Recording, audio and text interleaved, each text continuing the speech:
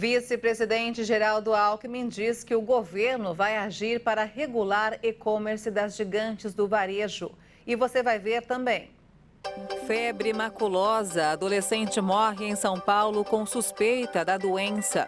3 mortes já foram confirmadas. Governo divulga a lista de carros com descontos de até R$ 8.000. ONU alerta: pessoas deslocadas no mundo atinge o recorde de 110 milhões. Missionário R.R. Soares está nos Estados Unidos para realizar a grande campanha Heróis de la Fé 2023. Agora no Jornal das 18h30.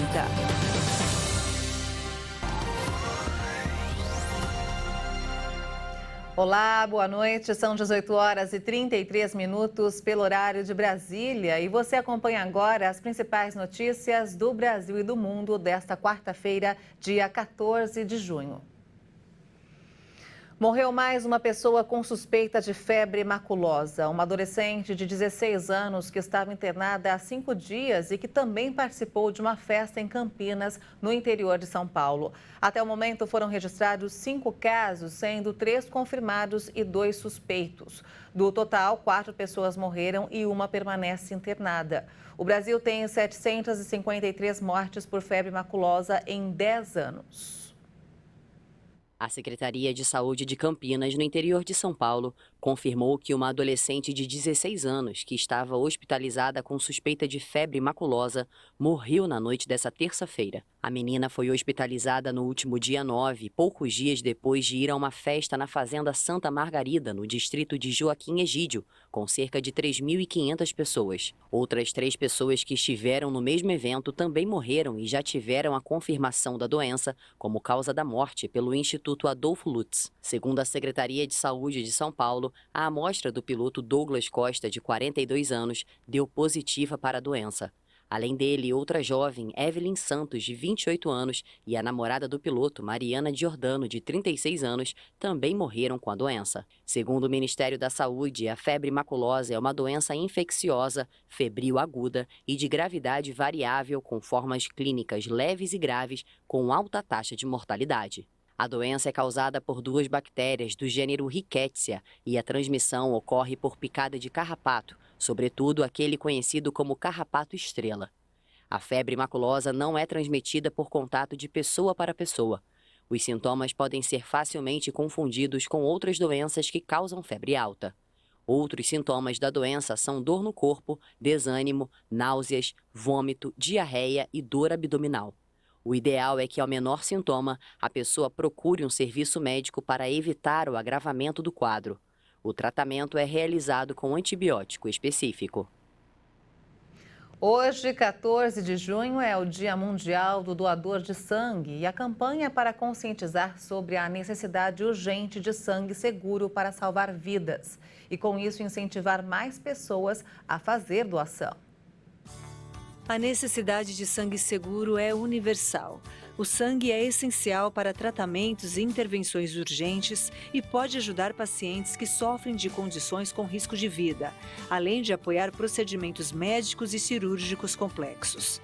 Também é vital para o tratamento de feridos durante emergências com acidentes e tem um papel essencial nos cuidados maternos e neonatais. A maioria dos países de baixa e média renda luta para disponibilizar sangue seguro, porque as doações são baixas e o equipamento para testar o sangue é escasso. 42% do sangue do mundo é coletado em países de alta renda, que abrigam apenas 16% da população mundial.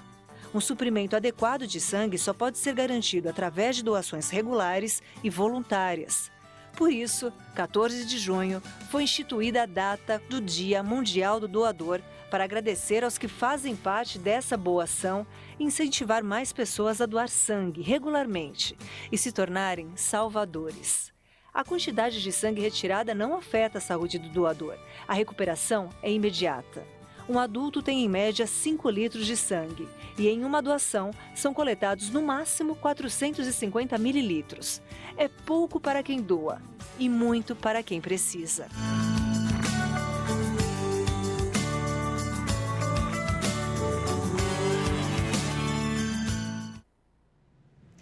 O ex-presidente Jair Bolsonaro sofreu hoje mais um bloqueio judicial devido a 3 multas aplicadas pelo governo de São Paulo durante a gestão do ex-governador João Dória.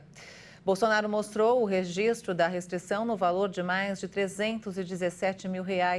Na tarde de ontem, a Justiça de São Paulo determinou um outro bloqueio no valor de R$87 mil por Bolsonaro ter circulado sem máscara no município do Vale do Ribeira, na região sul do estado, em dezembro de 2021.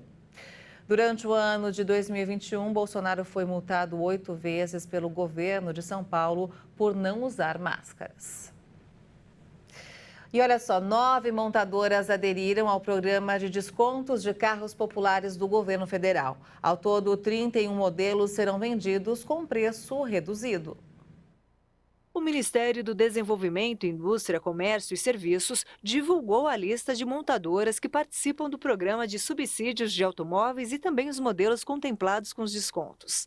As 9 montadoras que aderiram ao programa de carro mais barato, lançado pelo governo federal na semana passada, são Renault, Volks, Toyota, Hyundai, Nissan, Honda, GM, Fiat e Peugeot.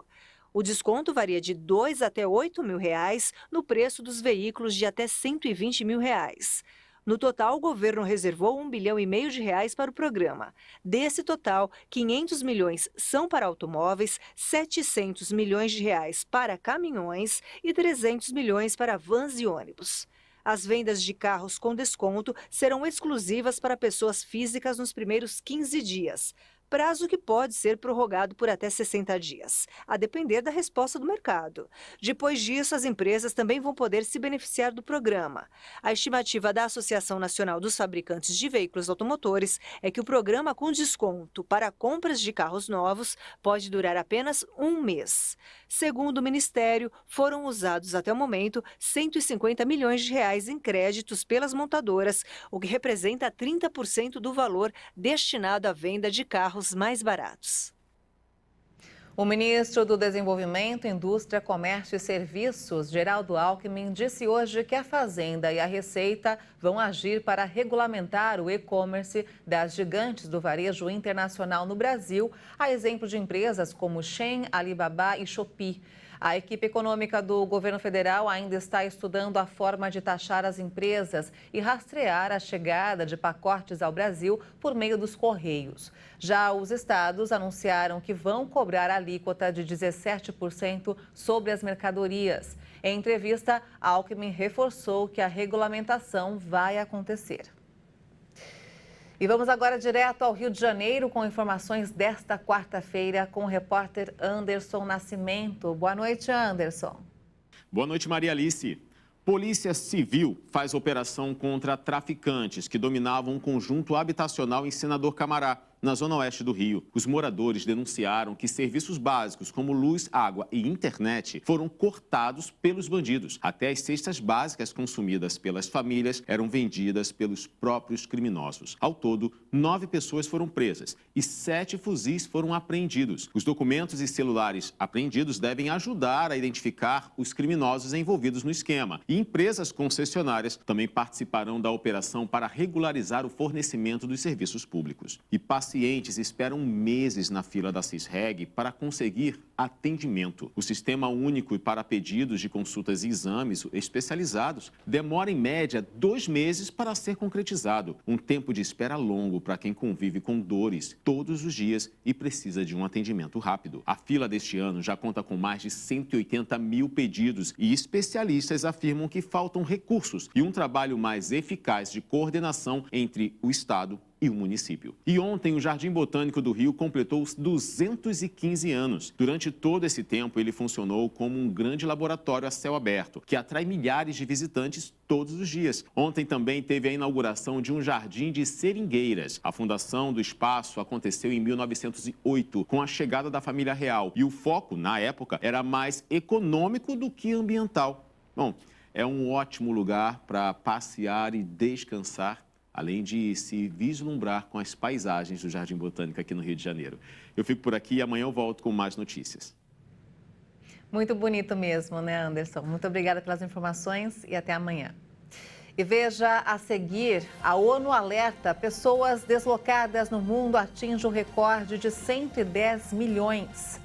E ainda, missionário R.R. Soares está nos Estados Unidos para realizar a campanha Heróis de la Fé 2023. Nós voltamos em instantes, até já.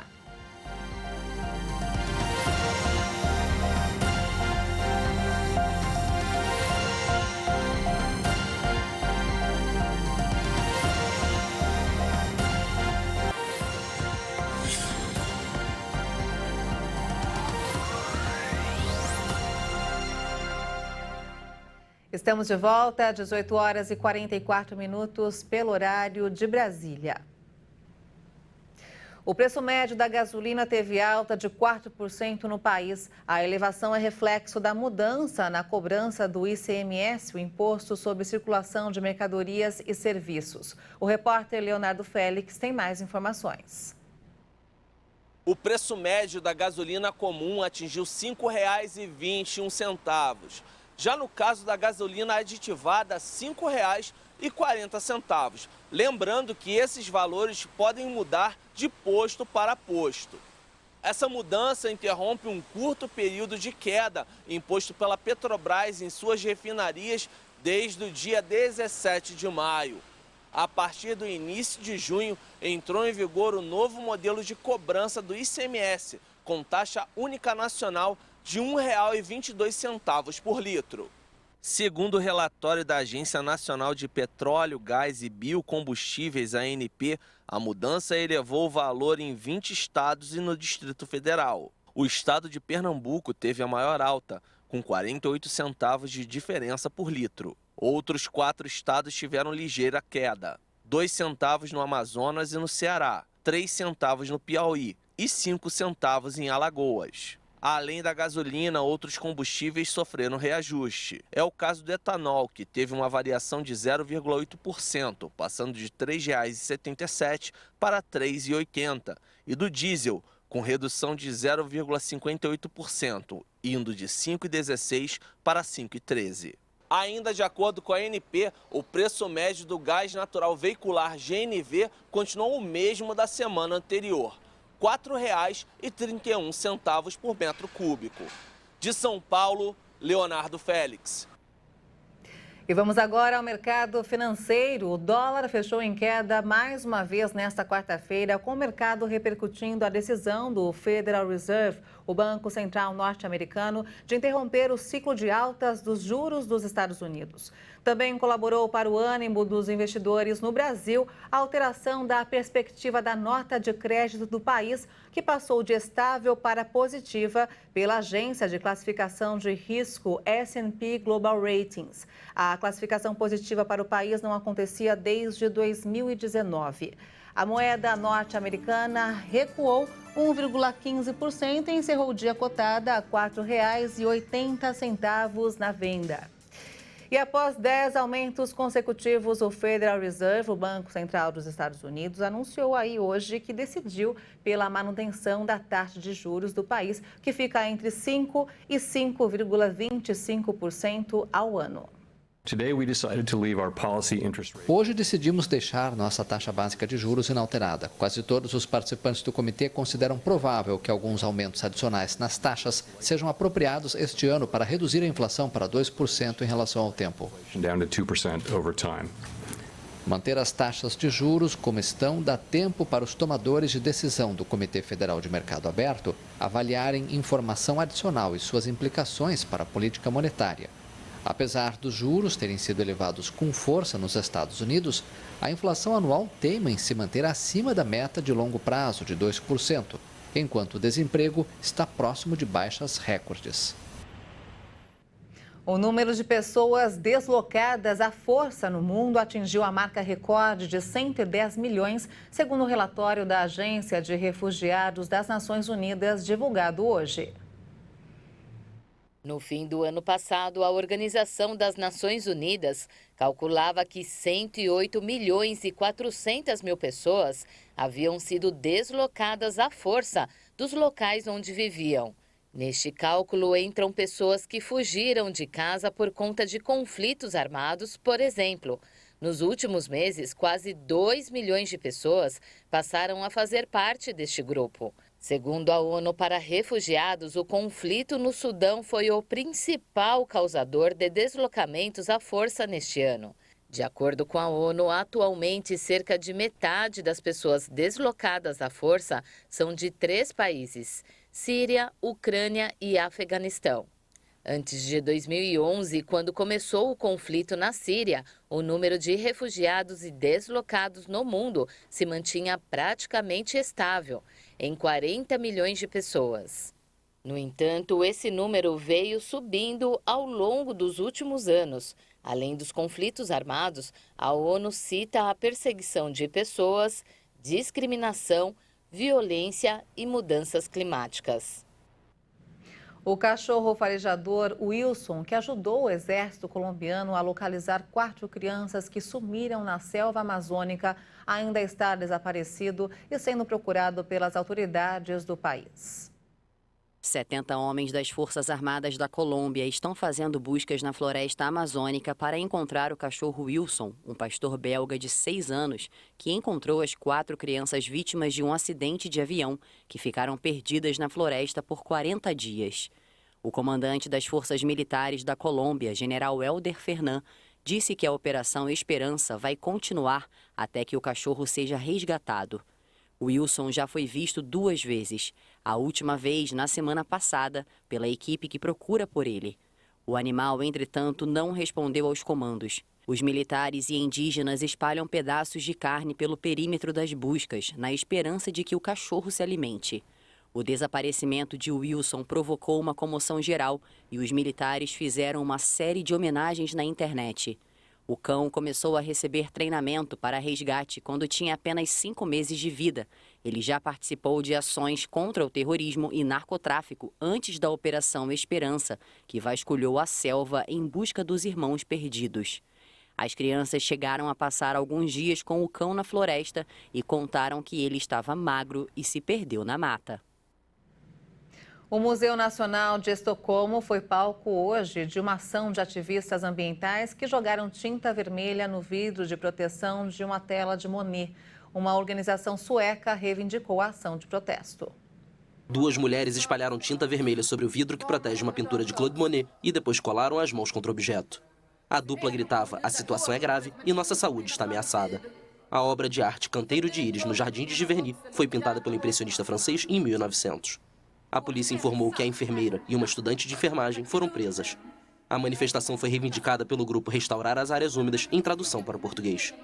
A organização disse que belos jardins como os da pintura de Monet em breve serão uma memória distante e acusou o governo sueco de não respeitar seus compromissos climáticos internacionais. O museu informou que ainda não sabe se a pintura foi danificada.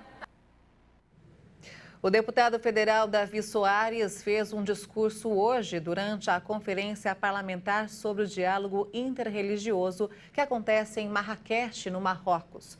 Em sua fala, o parlamentar lembrou que o Brasil garante a liberdade de culto e o evangelismo e pediu que os outros países façam o mesmo. O evento, que é organizado pela União Interparlamentar, reúne 700 participantes de vários países do mundo, entre deputados, líderes religiosos e representantes da sociedade civil. O tema deste ano é Trabalhando Juntos para o Nosso Futuro Comum, que aborda o debate interreligioso e de que forma a legislação pode favorecer o exercício individual da fé de cada pessoa, com respeito e dignidade. O deputado Davi Soares foi um dos convidados para discursar para o público presente. Em sua fala, Davi Soares lembrou que há mais de 100 anos o Brasil se tornou um estado que não se pronuncia sobre religião.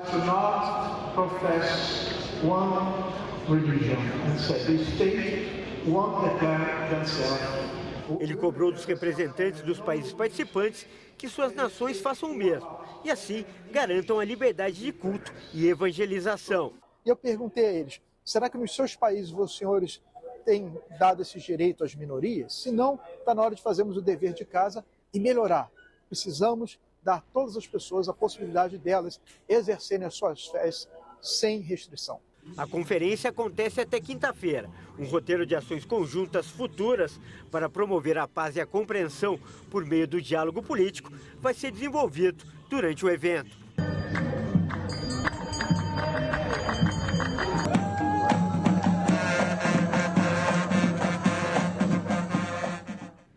E o missionário R.R. Soares está nos Estados Unidos desde segunda-feira, onde vai realizar uma grande campanha no período de 10 dias. Serão 6 reuniões especiais em solo norte-americano nas cidades de Miami e Boston. O pastor e líder nacional nos Estados Unidos, Glauber Morari, da IGD da Flórida, explicou como será a programação. Vamos ver. O primeiro compromisso do missionário está marcado para esta quarta-feira em Miami, no restaurante La Carreta, às 8 horas da noite, no horário local, e às 9 horas da noite aqui no Brasil. Os próximos serão nesse domingo e na quarta-feira da semana que vem.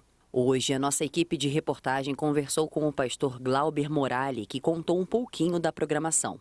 Hoje, quarta-feira, o culto será em espanhol. Aliás, serão 3 cultos em espanhol. Hoje, quarta-feira, domingo, pela manhã, às 10 horas, e na quarta-feira da semana que vem, serão os 3 cultos em espanhol que o missionário fará no 8546 da Southwest 40th Street, ali na região de Doral, Miami, onde vive uma comunidade gigantesca hispana, e há uma expectativa de grandes coisas que o Senhor ele fará no meio dessa comunidade. O objetivo da campanha é levar a palavra de Deus para a grande comunidade brasileira que vive nos Estados Unidos e também para os norte-americanos. Já os cultos em português devem acontecer na próxima sexta-feira na Flórida, às 7 horas da noite no horário local, e na segunda-feira, às 8 horas da noite em Boston. Grande parte da concentração brasileira nos Estados Unidos vivem nessas localidades. O representante nacional da IGD na Flórida explicou ainda sobre a evangelização no país. Cada local existe as suas peculiaridades, mas eu diria que é diferente. Basicamente, nós trabalhamos com imigrantes, e o que eu diria que seria a maior dificuldade que hoje nós temos é que a vida do brasileiro que está aqui, a rotina dele é um pouco diferenciada, porque a motivação pela qual a grande parte dos brasileiros está aqui, é em busca de vir trabalhar, conseguir recursos para ter uma melhora de vida e regressar. Então, o foco principal de quem está aqui é o trabalho. E para isso não há sábado, não há domingo, são 7 dias por semana trabalhando. Então esse tem sido o grande desafio, poder como igreja cuidar espiritualmente dessas pessoas, mostrar a importância delas poderem se apegarem a Deus, porque não é só na força do homem que elas vencem, como diz a Bíblia, não adianta o homem dormir tarde, acordar cedo, mas comer o pão de dores, e ao mesmo tempo a igreja aqui tem um papel muito importante na área social, porque a igreja acaba sendo a segunda família dessa pessoa. Todos os cultos serão transmitidos ao vivo pelas plataformas digitais da IGD Miami, IGD Flórida e IGD Boston pelo Facebook e YouTube. Muito bacana. E o Jornal 10, 18h30 fica por aqui. Você acompanha outras informações durante a nossa programação. Obrigada pela sua companhia, uma ótima noite para você e até amanhã.